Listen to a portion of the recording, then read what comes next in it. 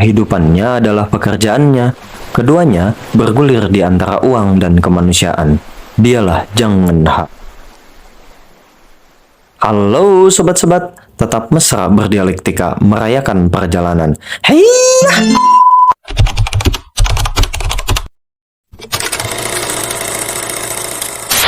Siapa yang gak melehoi sama perempuan dengan kemampuannya sendiri, berjuang untuk hidupnya sendiri, apalagi berjuang untuk orang lain yang gak dikenal, sebagaimana dalam Special Delivery, film aksi kriminal Korea Selatan rilisan 2022. Alur cerita filmnya di awal menaruh perhatian pada kemandirian Jang Eun-ha sebagai pekerja dengan relasi kuasanya, dan berakhir dengan hubungan kemanusiaan antara Jang Eun-ha dan Kim So-won. Dari sini si Sebat bakal berupaya mendekatkan keseluruhan film dan keutamaan peran Jang Eun-ha pada korelasinya dengan perpolitikan Korea Selatan dalam dinamika global. Ingat kata kuncinya Sobat Sebat? Mari kita ulas lagi struktur alur cerita filmnya. Terdapat bisnis bengkel pendaur ulangan mobil di Busan. Baek Kang-chul adalah pemiliknya. Jang Eun-ha bekerja sebagai kepala lapangan dan asif montirnya. Tapi dalam film, bisnis bengkel mobil tidak sama sekali menjadi suatu persoalan. Justru yang tersembunyi di baliknya, yaitu bisnis ekspedisi. Baek Kang-chul operatornya, Jang Eun-ha kurirnya. Jasa ekspedisi mengirim segala yang tidak dikirim oleh kantor pos manapun. Dan Jang Eun-ha seringkali menuntut kenaikan upah hingga skala pembagian 50-50. Sisi lainnya, Jo Kyung-pil seorang polisi, San Han yang terus mengawal maupun Woo si tukang pukul adalah anak buahnya. Ia memiliki bisnis judi online di Seoul. Uangnya senilai 30 juta dolar dicuri oleh Kim Do-sik, tangan kanannya sendiri. Melalui perantara Im Gi-bang, ia berniat kabur menggunakan jasa ekspedisi. Sayangnya, Jo Kyung-pil lebih dulu datang, sehingga hanya anaknya saja, Kim So-won, yang berhasil kabur dengan membawa uang titipan hasil curiannya. Ia sendiri sekarang di rumah sakit dan dibunuh oleh Jo Kyung-pil. Dan gara-gara Jang Eun-ha berasal dari Korea Utara, Han Myung, agen intelijen dari NIS, sampai terlibat. Semula Jang Eun-ha hanya melakukan pekerjaan. Tiba-tiba ia dihadapkan pada keselamatan seorang anak kecil sebatang kara. Jadi, kalau disederhanakan, ada bisnis ekspedisi dan judi online yang dicuri, lalu melalui perantara menggunakan jasa ekspedisi yang berupaya menyelamatkan dari pengejaran. Sangat sederhana, bukan? Nah, persoalannya, semula Jang Eun-ha tampil sebagai sosok mandiri, pekerja terampil yang sering menuntut kesetaraan upah. Di sini, si Sebat langsung nyebat. Ngajak ngobrol Rosemary Putnam-tong, seorang filsuf perempuan asal Amerika Serikat. Dan dia ngasih bukunya yang berjudul Feminist Talk. Bilangnya, secara umum, feminisme menghendaki kesetaraan terhadap perempuan, fokus pada penghapusan diskriminasi berdasarkan jenis kelamin. Gak boleh ada pembedaan derajat antara laki-laki dan perempuan yang menghalangi keterlibatan perempuan dalam urusan publik. Dan feminisme sosialis merupakan kepanjangan dari feminisme liberal dan radikal maupun feminisme Marxis itu sendiri yang dianggap bias gender, meskipun masih mendasarkan kepada Marxisme. Apabila feminisme liberal dan radikal menganggap hanya patriarki penindas perempuan, maka feminisme sosialis menganggap bahwa kapitalisme turut menindasnya. Artinya, feminisme sosialis fokus pada persoalan kerja di ranah domestik maupun di tempat kerja itu sendiri. Apabila kita SKSD sama Jang Eun-ha melalui pendapat Rosemary Putnam-tong, maka Jang Eun-ha sangat layak dikategorikan sebagai feminis sosialis. Tapi ketika direndahkan oleh pelanggannya gara-gara ia adalah seorang perempuan, reaksinya malah B aja. Nggak serta-merta emosi, justru ia jawab dengan kemampuan. Tentu orang tersebut terkesan sehingga menawarkan pekerjaan, namun Jang Eun-ha menolaknya. Berbeda ketika dengan Baek Kang-chul, hubungan kerja yang terjadi antara mereka sangat dinamis. Ia mampu membuat Jang Eun-ha tetap patuh kepadanya dengan nuansa yang berlangsung melalui argumentasi rasional. Dan mereka saling bekerja sama mengingat mereka sudah seperti keluarga biologis. Padahal kalau kita balik ke abad 20, kapitalisme dan komunisme selalu bersitegang. Serupa para cebol Korea Selatan yang berupaya beradaptasi dalam mempertahankan dominasi karena kepercayaan masyarakat mulai luntur atas penggelembungan kue ekonomi pada segelintir orang. Gitu sih kata Pak dosen sosiologi Universitas Korea mah. Hal ini teramat kontras terhadap alur film selanjutnya yang berpusat pada penyelamatan Kim So Won. Yang si sebat mau bilang, mengira bahwa Kim So Won hanyalah plot twist belaka, kayaknya kurang tepat. Sebagaimana ekspedisi bersembunyi di balik bengkel, sebagaimana judi online bersembunyi di balik aparat kepolisian. Apa yang ditampilkan tidak selalu sama dengan yang hendak disampaikan. Begitu pula prasangka selalu bersembunyi di balik setiap fenomena. Maka, tampilan film special delivery turut serta menyembunyikan yang sejati. Lantas, apa makna film special delivery yang dapat kita hubungkan dengan kenyataan?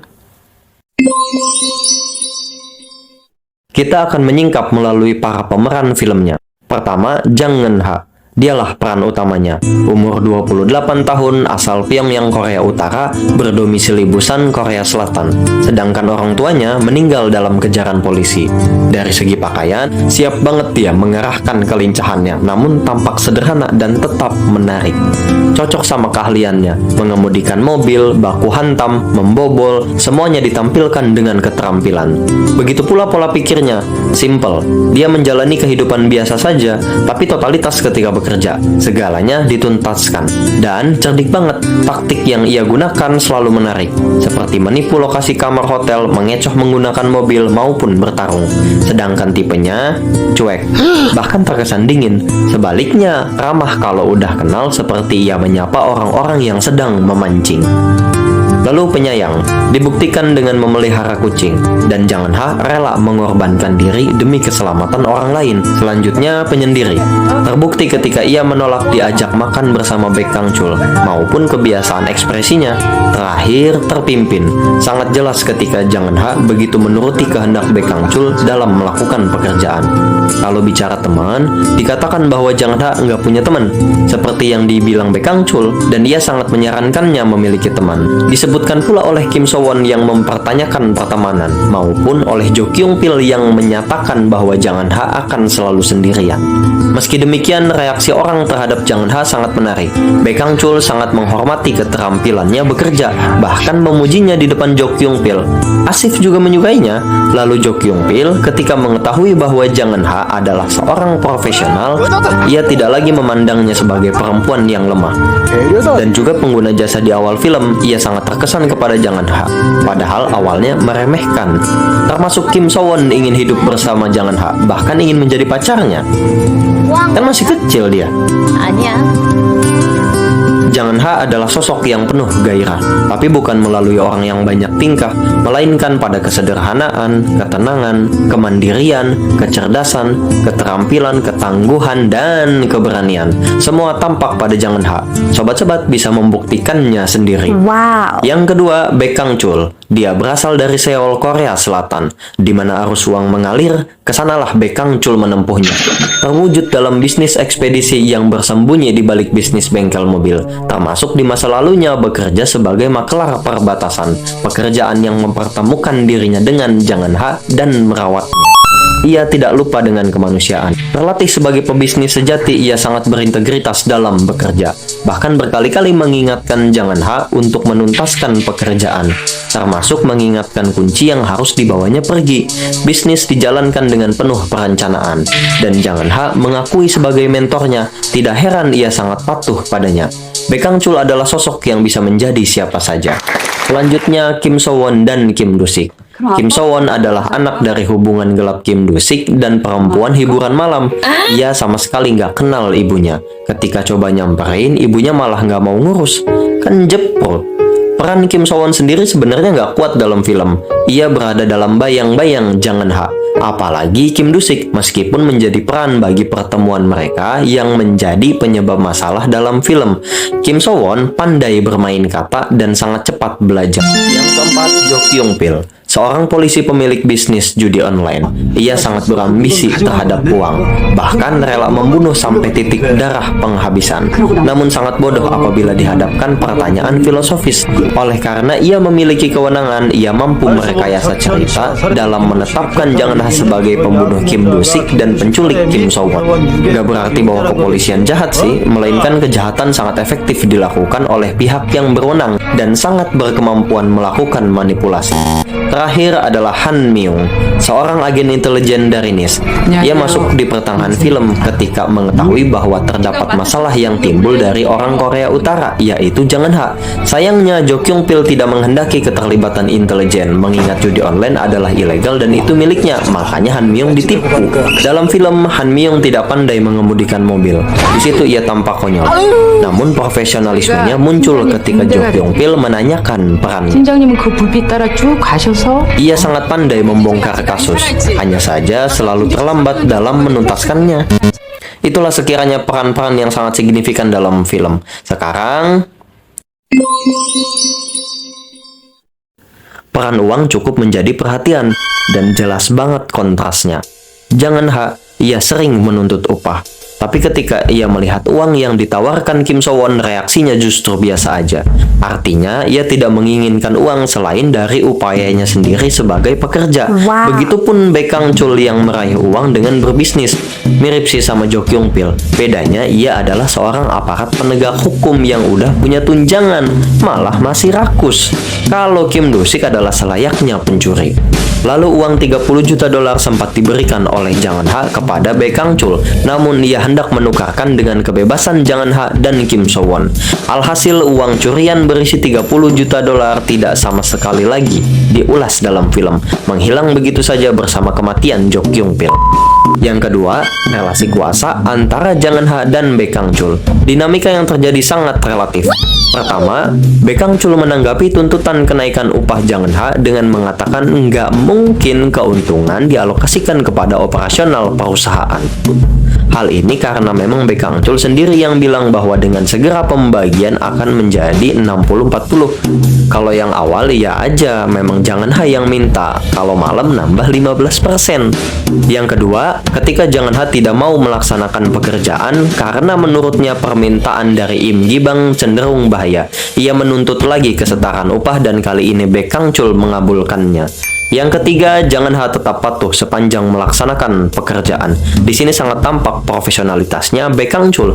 Penentangannya adalah persoalan menyelamatkan Kim So-won. Ia tidak ingin menelantarkannya. Selanjutnya, politik. Meski tidak banyak, tapi masih saja termuat dari siaran berita yang bilang bahwa Kim Do-sik melakukan praktek kolusi dengan pemerintah. Cuma nggak tahu aja kalau itu punya polisi.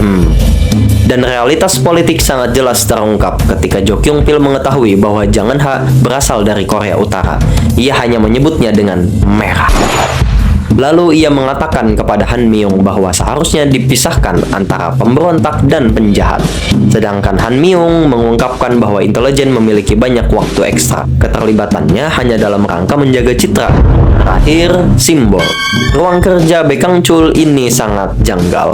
Di depan meja kerjanya banyak layar CCTV. Satu layar CCTV, dua banyaknya layar CCTV yang entah kemana arah kameranya, maupun TV itu sendiri di belakang meja kerjanya. Dalam hal ini si sebat terbayang pada berbagai kemungkinan yang dapat dilakukan oleh Baek Kang-chul. Lalu benda berupa kunci keamanan berbentuk flash disk berisi uang 30 juta dolar. Dan kunci pembobol maupun obeng. Keduanya memiliki fungsi sebagai perangkat untuk menjalankan hidup. Ketiga, pakaian Jang En-ha bertuliskan jam pembersihan ketika menyamarkan dirinya untuk kabur. Di sini si sebat melihat sebagai tindakan inti Jang En-ha, yaitu menghapuskan kesewenang-wenangan.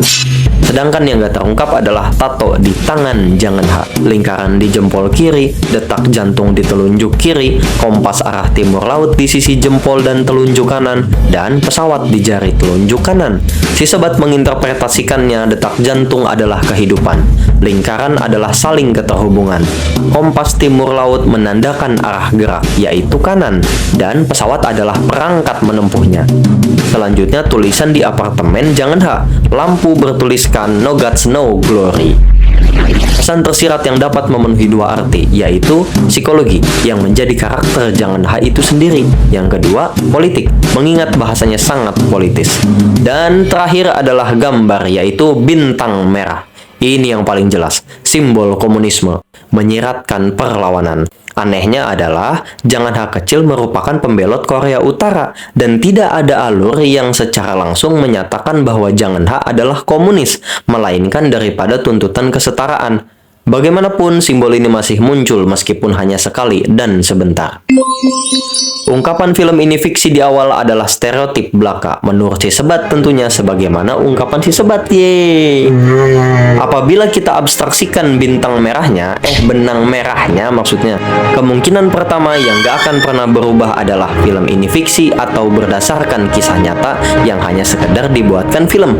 Yang kedua, film hendak menampilkan omong kosong progresif kelompok kiri yang mengupayakan kesetaraan, karena Jangan Ha tetap tunduk pada Baekhyun sebagai kapitalisme yang menindas, dan penyelamatan Kim So-won hanya karena Jangan Ha ingat sama dirinya sendiri. Hal ini tetap menuai kejanggalan mengingat terdapat simbolisasi yang tidak terungkap. Contohnya adalah tato Jangan Ha bintang merah, maupun alur cerita film dari para peran yang sudah disebutkan, dan si Sebat lebih memilih yang ketiga. Secara tidak langsung, Special Delivery adalah film yang menampilkan konstelasi ekonomi politik Korea itu sendiri. Jangan Ha menandakan feminisme sosialis, Baekhyun menandakan kapitalisme yang pandai beradaptasi, dan keduanya saling bekerja sama. Jo Kyung Pil menandakan kejahatan dalam negeri, berada pada mereka yang memiliki kewenangan, lalu Kim Do-sik adalah kecerobohan suatu tindakan. Sedangkan intelijen melalui Han Mi-young menandakan ketidaksungguhannya mempertahankan kedaulatan negara, dan Kim So-won adalah tanda dari generasi yang diabaikan. Dalam hal ini bukan untuk cari aman, tapi emang si Sebat niatnya hanya sebatas mendekatkan film dengan realitas. Sekiranya itulah gambaran pijakan yang melantunkan realitas konkret.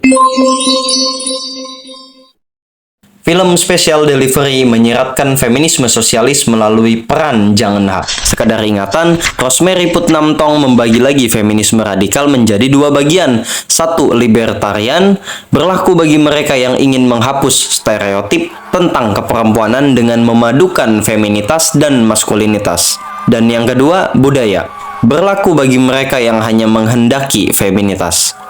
Apabila libertarian radikal berupaya mengakulturasi feminitas dan maskulinitas oleh karena anggapan bahwa feminitas adalah sebuah kelemahan. Sebaliknya, budaya radikal justru berupaya mempurifikasi feminitas karena baginya feminitas adalah kekuatan yang secara alami melekat pada perempuan. Dan pada kenyataannya, persoalan feminisme sangat genting di Korea Selatan sejak gejolak kemenangan demokrasi dari otoritarianisme pada 1980-an. Tidaklah mengherankan apabila benar demikian, tren serial drama Korea yang sudah berskala internasional, selain daripada K-pop-nya, kosmetik, teknologi, dan sebagainya, sengaja didorong atas dasar banyaknya masalah yang menimpa warga Korea Selatan. Entah itu kekerasan seksual dalam rumah tangga maupun masyarakat umum secara verbal atau non-verbal. Bahkan peristiwa politik. Yoon Suk Yeol, presiden terpilih pada 2022 lalu dari Partai Kekuatan Rakyat, menuai kontroversi karena menghendaki perempuan tetap berada pada ketertindasan patriarki. Berkampanye ingin menghapuskan Kementerian Kesetaraan Gender dan Keluarga. Ia dianggap sebagai presiden anti-feminis. Berbanding terbalik dengan Moon Jae-in, presiden periode 2017-2022 yang dianggap presiden feminis. Ketika dunia terkesima oleh Korea Selatan, persoalan gender tidaklah serupa. Bahkan terjadi sebaliknya, menjadi permasalahan yang cukup mengkhawatirkan. Gerakan feminisme yang menyebar di Korea Selatan cocok dikategorikan sebagai radikal. Pasalnya, terdapat kelompok-kelompok yang muncul bukan hanya memperjuangkan kesetaraan terhadap perempuan. Jauh lebih dari itu, yaitu tidak ingin hidup berhubungan di dalam ikatan pernikahan. Lesbian, tidak ingin punya anak, bahkan membenci laki-laki. Di Korea Selatan juga ada kelompok yang membranding anti-feminisme, termasuk Presiden Yoon Suk Yeol membenci segala yang menyangkut keperempuanan. Aneh-aneh aja Korea ini, malah perang gender. Hal yang demikian tanpa bermaksud mengabaikan yang lainnya, film bergenre aksi kriminal rilisan 2022 ini meletakkan perihal ketenaga kerjaan sebagai simpul ujung pangkalnya berbasis kemanusiaan. Maksudnya adalah representasi daripada pertarungan ideologi dunia. Bagaimanapun, terdapat upaya memadukan komunisme dan kapitalisme dengan posisi setara akibat masalah struktural di internal Korea Selatan maupun dinamika global. Dalam hal ini, komunisme kalau bukan ya intinya varian kelompok kiri yang menyamarkan dirinya melalui cara-cara kapitalisme. Cuma kalau sekarang sih kata gedung putih, istilah yang digunakan adalah demokrasi versus otokrasi. Penyamaran tersebut menjadi suatu keniscayaan atas dunia yang telah terglobalisasi. Katakanlah, serupa Tiongkok yang sedang berkembang pesat menjadi tandingan daripada adidaya Amerika Serikat sebagai kelanjutan dari kontradiksi dua kekuatan politik global di abad 20 yang belum tertuntaskan. Terlebih secara geografis Korea Selatan terhimpit oleh Tiongkok, Korea Utara, maupun Rusia. Ketiganya memiliki hubungan dekat dan sama-sama bersitegang dengan Amerika Serikat. Sedangkan dengan Jepang, Korea Selatan masih memendam masa lalu, sampai-sampai diingetin lagi oleh Tiongkok. Bahkan Korea Selatan tidak menghendaki produk dari Jepang. Oleh karenanya, Korea Selatan harus bermain cantik untuk tetap menjaga kedaulatan melalui kemitraan dengan Amerika Serikat maupun Tiongkok, atau bahkan reunifikasi antara Korea Utara dan Korea Selatan, serupa film Money Heist Korea. Apabila mustahil, setidaknya mereka bekerja sama, sebagaimana upaya-upaya yang sudah dilakukan secara nyata. Dan secara historis, negara Korea Utara dan Korea Selatan adalah satu bangsa yang terpecah oleh perbedaan ideologi. Intinya, mereka hendak beradaptasi dengan kapitalisme global, yang sangat adaptif meskipun siklus krisisnya selalu muncul sebagai kontradiksi internal maupun berdasarkan dinamika konstelasi global, mendesak adanya keperluan untuk bekerja sama, bukan saling menegasikan. Special Delivery adalah film yang mengisahkan penyelamatan seorang anak kecil oleh seorang kurir perempuan yang sekaligus mengafirmasi penuntunan generasi Korea Selatan pada keberlanjutan melalui perpaduan komunisme dan kapitalisme. Gak punya teman bukan masalah. Itulah yang ditampilkan. Kuncinya adalah generasi, dan perempuan adalah garda terdepan sebagaimana Jangan Ha. Begitulah dunia kita sekarang serba dinamis.